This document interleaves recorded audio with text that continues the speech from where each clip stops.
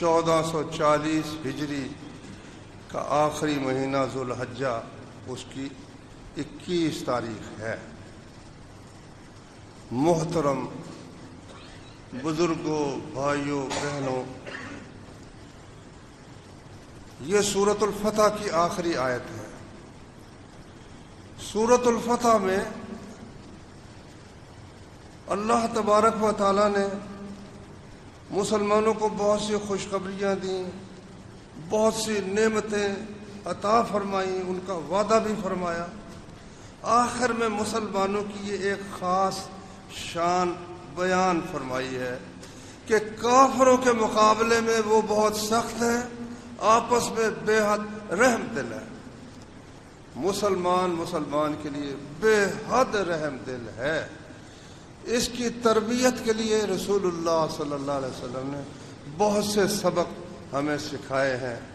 حدیث میں ہے، صحابی کہتا ہے، نبی صلی اللہ علیہ وسلم نے ہمیں امرنا بسبع، 7 باتوں کا حکم دیا۔ اللہ اکبر، ذرا غور کرنا کہ ان 7 میں سے ہم کس کس پر عمل کرتے ہیں جس سے مسلمانوں کا معاشرہ آپس میں محبت پیدا ہو اور وہ یکجان ہوں۔ وہ 7 کی 7 چیزیں ایسی ہیں جن سے مسلمان کے ساتھ جڑ جاتا ہے، ایک ہو جاتا ہے۔ فرمایا، ہمیں حکم دیا کہ جب کوئی بیمار ہو تو اس کی بیمار پرسی کے لیے جاؤ۔ ہمارے ہاں مدتوں گھر سڑتے رہتے ہیں، جب مسجد میں آتے تھے ملتے تھے، بڑی گرم جوشی تھی، اب گھر میں پڑے ہوئے ہیں، ہم زحمت ہی نہیں کرتے کہ جا کر پوچھ لیں اس کے غم کچھ ہم بھی شریک ہو جائیں، اس کا غم کچھ ہلکا ہو جائے۔ فرمایا، ہمیں حکم دیا بیمار کی بیمار پرسی کریں، فوت ہو جائے تو اس کے جنازے کے ساتھ جائیں، اور جب اسے چھینک آئے اور وہ کہے الحمدللہ تو بے پرواہ ہو کر نہ بیٹھے رہیں، ساتھ ہی اس کو دعا دے یرحمک اللہ، اللہ تم پر رحم فرمائے۔ وَإِجَابَةِ الدَّاعِ، کبھی وہ کسی کام کے لیے بلائیں کہ آؤ بھائی مجھے تمہاری ضرورت ہے اس کام کے لیے، اس کے بلانے پر جائیں۔ وَإِفْشَاءِ السَّلَامِ، کوئی مسلم ہم اسے جانتے ہیں یا نہیں جانتے، سب کو سلام عام طور پر کرتے جائیں۔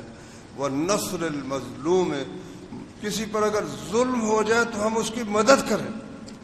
وَإِبْرَارِ الْمُقْسِمِ، کوئی بھائی اگر اصرار کے ساتھ کوئی کام کہتا ہے بھائی یہ ضرور ہی کرو، حتیٰ کہ قسم ڈال دیتا ہے، قسم ہے تمہیں اللہ کی میرا یہ کام کر دو، تو کر دیا کرو۔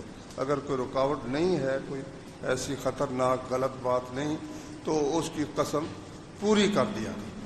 اب دیکھو، اس طرح کا اگر معاشرہ ہو، سلام ایک دوسرے کو کہہ رہے، بیمار پرسی کر رہے اور بلاتا ہے تو جاتے ہیں، فوت ہوتا ہے تو جنازے پر جاتے ہیں، اس کی چھینک پر بھی اسے دعا دیتے ہیں، ملتے ہیں تو سلام کہتے ہیں۔